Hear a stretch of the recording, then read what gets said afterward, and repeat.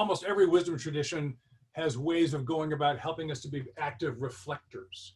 And life is built into rhythms. There's the rhythm of the day, the rhythm of the week, the rhythm of a season. You know, we literally just went off daylight savings time this weekend here in California. And my wife's single most hated Saturday of the entire year because it gets dark.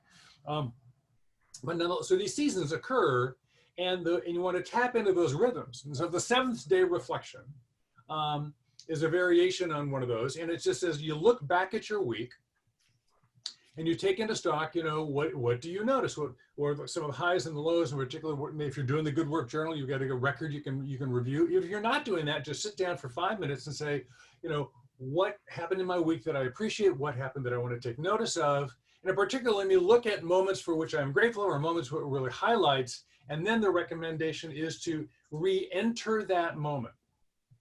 And you get two outcomes. You get one for sure, which is savoring.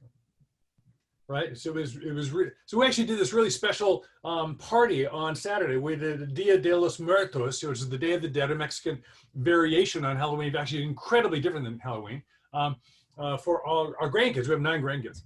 I'm really old, and so you know we had this moment where my wife was explaining to these kids what Dia de los Muertos really is, you know, and there was and one of the kids asked a question. It was a really sweet question. They go, oh, that was really sweet. And boom, it just goes by, and somebody else grabs somebody else's candy and pulls their hair, and off you go.